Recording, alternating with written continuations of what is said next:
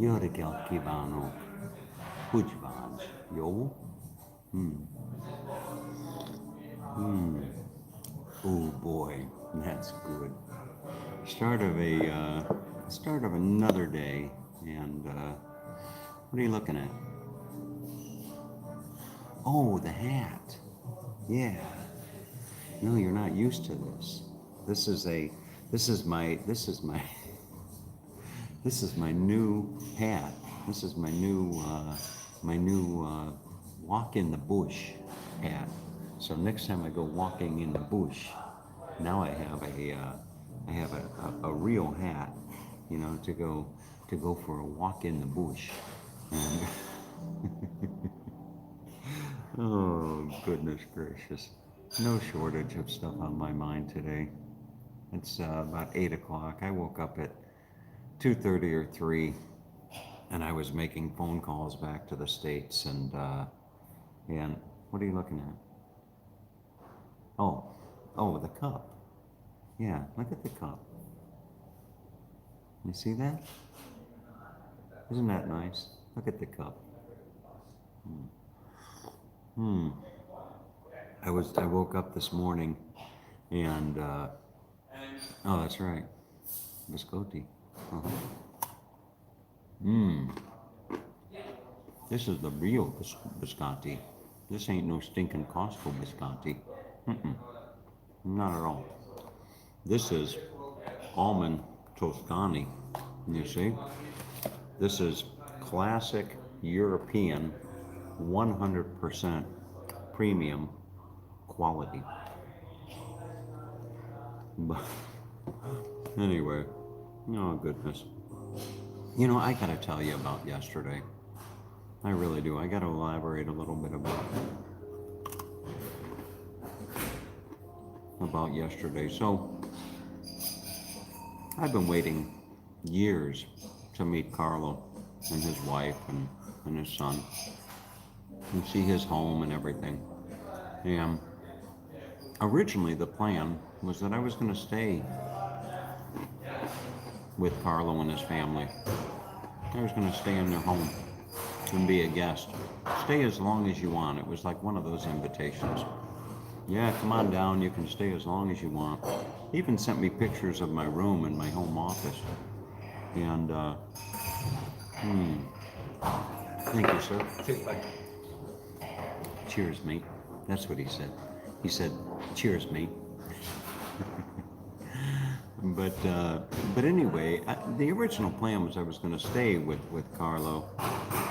And, as this whole coronavirus thing started developing, I became increasingly conscientious of the consideration of going into somebody's home and staying with somebody during a stressful time as this is. And I told Carlo early on. I said, listen, I'll completely understand. I'll completely understand if you're not comfortable with me staying with you. He said, absolutely no problem whatsoever. And I was sincere with that. And but so anyway, but I wasn't going to let that take away from being down here in the land of Oz and not meeting him. So he helped me coordinate a place to stay. There's a hotel not far from his home. And Melbourne is a big city. It really is. Melbourne is a big, busy city with cars going everywhere and everything. And Carlo lives in a nice neighborhood.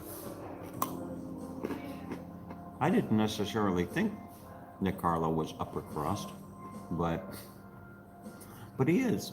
He's upper crust. And I say that teasingly. He's not. He's just a normal mate down here.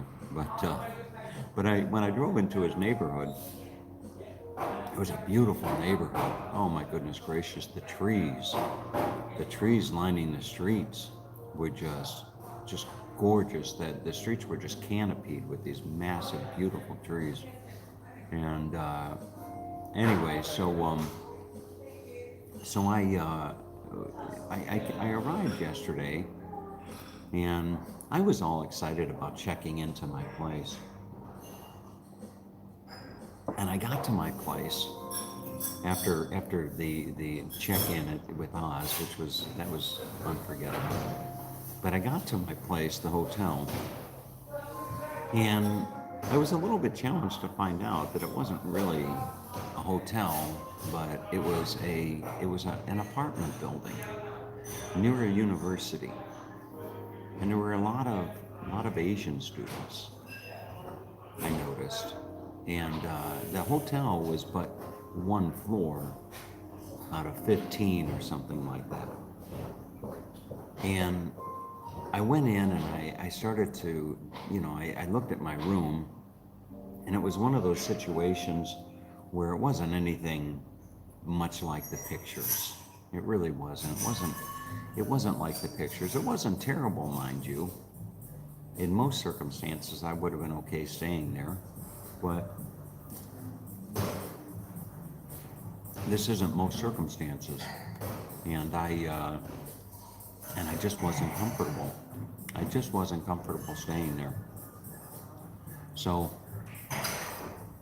I'm not going to say that I panicked, but I knew that I had to make a decision and make a decision quick.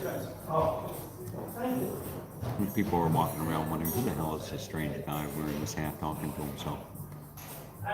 But anyway, so I knew that I had to make a decision and make a decision quick. And I started to look at the map, and I started to look away from the city. And that's what brought me down here to where I'm at, to the Lansmore Londonderry in Red Hill. And it's a winery. It's a beautiful winery. So I came down here and I spent the night, and I may spend another night. I'm going to go do a drone shot. I'm going to go work my magic with my drone. And it's not a real sunny day, but I'm just going to put together bits and pieces and see if I can get a nice drone shot for them, and then show it to them. And when if they want it, maybe ask them if they'll exchange a room for a night or something like that. But anyway, so that's the story, how I ended up here. And I got to tell you something else, that when it just like a hotel room, you never know what you're going to get. You have this image in your mind, you have this vision in your mind of what's waiting for you, and sometimes it's exactly what you expected. Other times it's not even close. And I got to tell you something that I knew coming down to Australia. I knew that Carlo was a good guy. I knew he was. I knew he was. I've talked to him numerous times, and he's a wonderful man with such a beautiful heart and soul. And in the very limited interaction that I had with his wife, I sensed the very same about her. That she's a beautiful soul, and a wonderful wife and mother. And what took me aback about their home, they actually let me into the home. They I didn't go in and touch anything or anything like that. But he showed me his garden, and talk about having a green thumb. You should see his garden. His garden, he put a lot of thought into the garden. He put a lot of thought, and the garden came out beautiful. And it's easy to see that his wife put a lot of thought into the house. The house is beautiful. I mean, the house it's immaculate, and it's so tastefully decorated. And it would have been wonderful to stay with him. Carlo and I would have been doing cooking shows in his kitchen. I could just see it, setting up the tripod and doing some cooking shows together in the kitchen. But anyway, speaking about putting a lot of thought into things, Carlo had a little gift package for me when I showed up. And one of the things that he gave me was this hat. He gave me another hat also, a beautiful baseball or rugby cap or whatever. So he gave me another nice hat, and he gave me this hat. He gave me this cup of coffee. You see? He gave me the cup of coffee. And he gave me the biscotti. You see? So, you know, he put his heart into these gifts, and he put his heart into my arrival. And you know, it's the simple things in life that mean the most. It really is. It's the simplest of things, you know, that mean the most. And the fact that he would go out and do all that stuff. But you know, as I was lying down to sleep last night, I found myself thinking that there was a lot of love in that house. You know, I knew there was a lot of love in his heart, but a lot of love in that house. I felt just a lot of love going, you know, walking into that home there, and it was really, really special. And I hope that our paths will cross again. You know, we will see, as the saying goes. But I certainly hope that our paths are going to cross again. And so anyway, what else is on my mind? You know, I got to tell you something. I was a little bit panicky yesterday with the whole situation with the hotel. And I got into that hotel room and I started looking for flights home, flights back to America. Started looking for flights, and I booked one. I booked a flight next Thursday at 12:30 out of Melbourne, direct to San Francisco, and then on to Las Vegas, and then ultimately on to Florida. And I booked that flight. And all the while that I was driving down to where I'm at now, it's a good hour drive, I found myself thinking about it. I found myself thinking about going back. And one of the things I found myself thinking about was I was under the impression that the medical insurance that I bought for my trip didn't cover pandemics. Well, it does.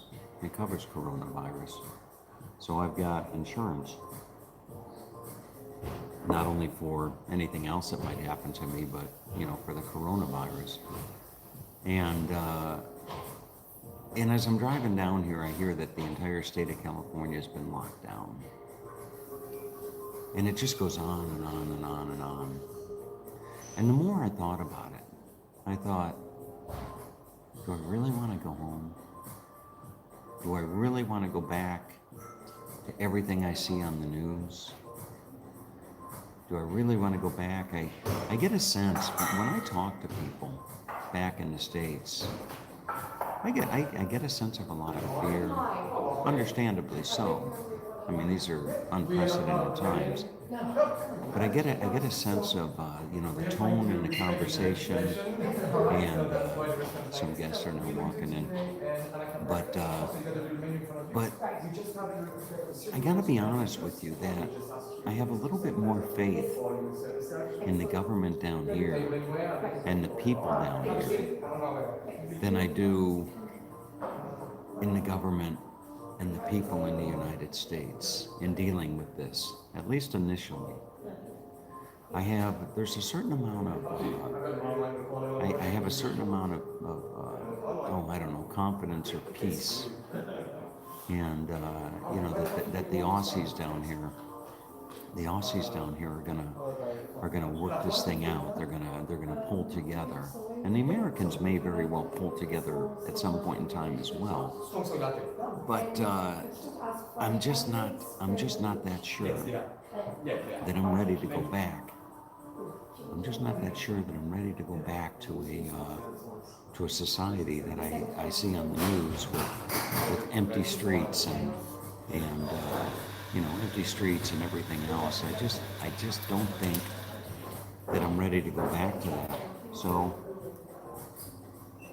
I went out last night into the vineyard, and I was walking through the vineyard late at night, looking up at the stars, and I was talking to God, and looking for a little bit of guidance.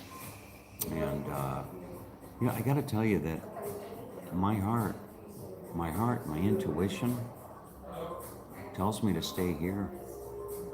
Tells me this is the best place for me. It really does. I've got my visa is good all the way through May 15th.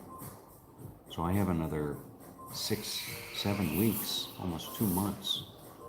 I have almost another 2 months on my visa down here. And I feel good. Money isn't a concern. And what I'm actually thinking of doing is just staying in these little places, little towns. Tomorrow morning, I'm going to get on a ferry. So if you were to look at Melbourne, there's a big bay.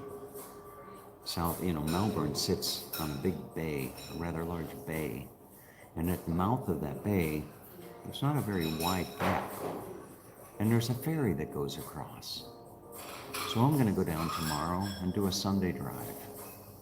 And I'm going to take that Sunday drive, and I'm going to get in my car and put it on a ferry and take the 30-minute trip across the water.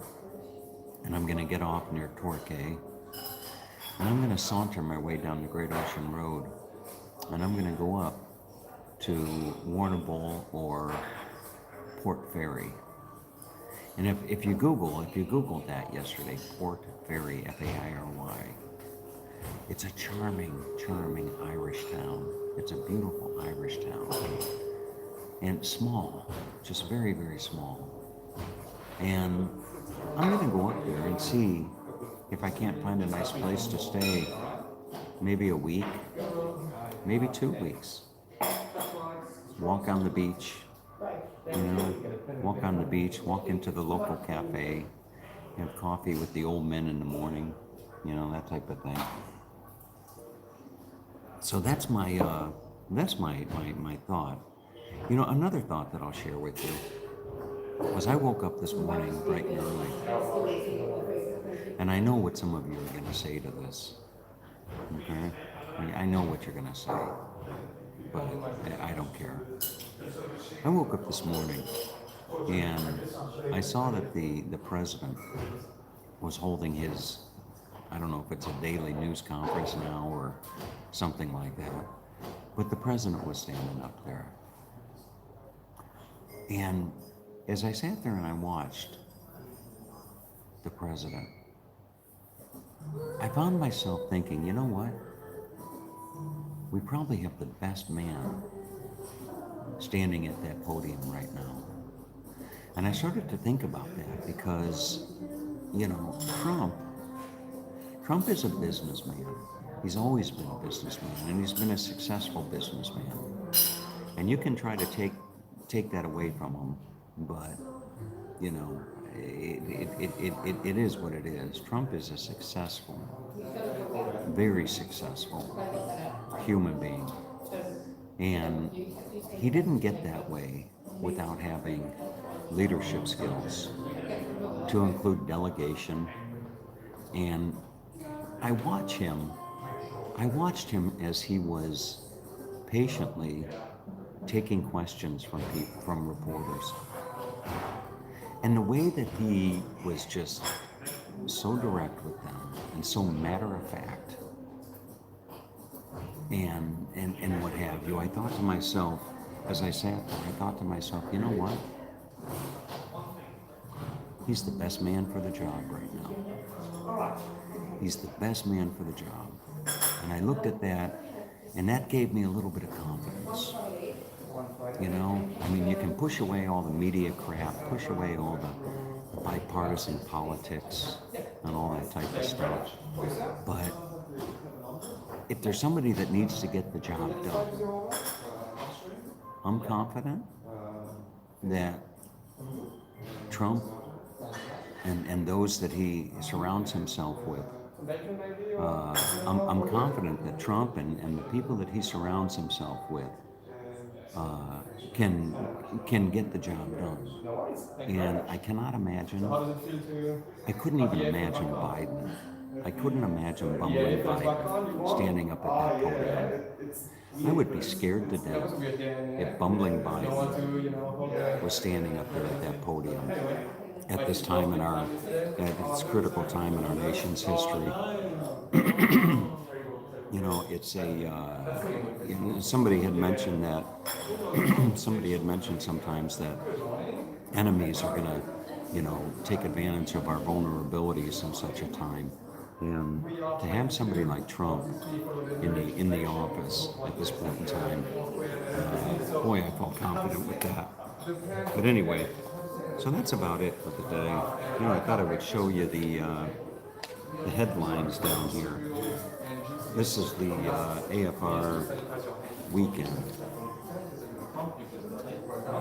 It's war. You see? Australia has declared war on the coronavirus, forcing government, business, and every individual to step up in a way not seen since World War II. And I gotta tell you, I'm proud and not proud, but I'm impressed by the Aussie spirit. I really am. I'm impressed by these Aussies. I'm impressed by their attitude. I'm impressed by their cohesiveness. I'm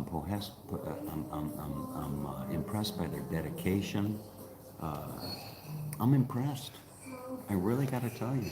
The Aussies that I've had the ability to interact with, I asked myself, where do I want to be? Do I want to be down here in the land down under?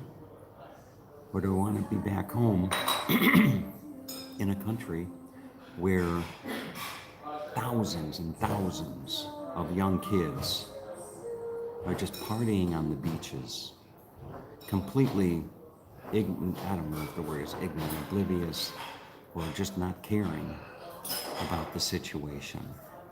The young people of our country that are sitting down there on those beaches, partying, smoking pot, drinking, screwing anything that has a hole in it, those are the people that are going to end up going back home, visiting grandmother, visiting their parents, all that type of stuff. And I asked myself, do I want to go back to that crap? I mean, really, would you want to go back to that crap? I don't. I really don't. I'd rather go and, maybe go back and spend time with Michelle and walk Sam on the beach, or something like that. So I know there's those of you out there that say, you gotta go home. You gotta get on the plane and go home. No, I don't. No, I don't have to. And that's not to say that I'm abandoning my country and abandoning my countrymen, because I'm not. I love America. I always have, I always will. And right now, it's just not the place that I want to be. Here's another headline.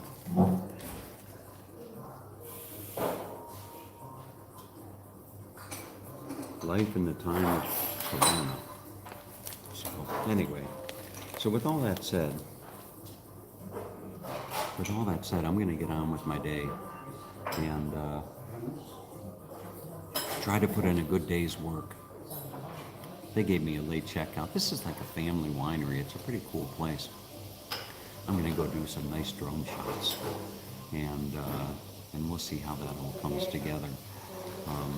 I'll involve them. What I'll do is I'll put together some segments of drone shots, and then I'll ask for the general manager and let him pick the music.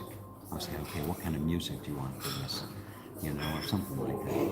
But anyway, let me show you this place if I can. Let me turn this camera around. So here is my breakfast. You see?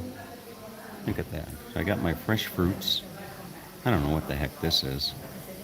But I got my fresh fruits and my little flowers. I had to ask him. I said, "Do you have got something I can put my camera on?" But let me just show you the let me show you the place real quick because I came in late last night, and maybe I can share some of this with you. So here's my breakfast. They're asking everybody to sanitize their hands before they come into the buffet.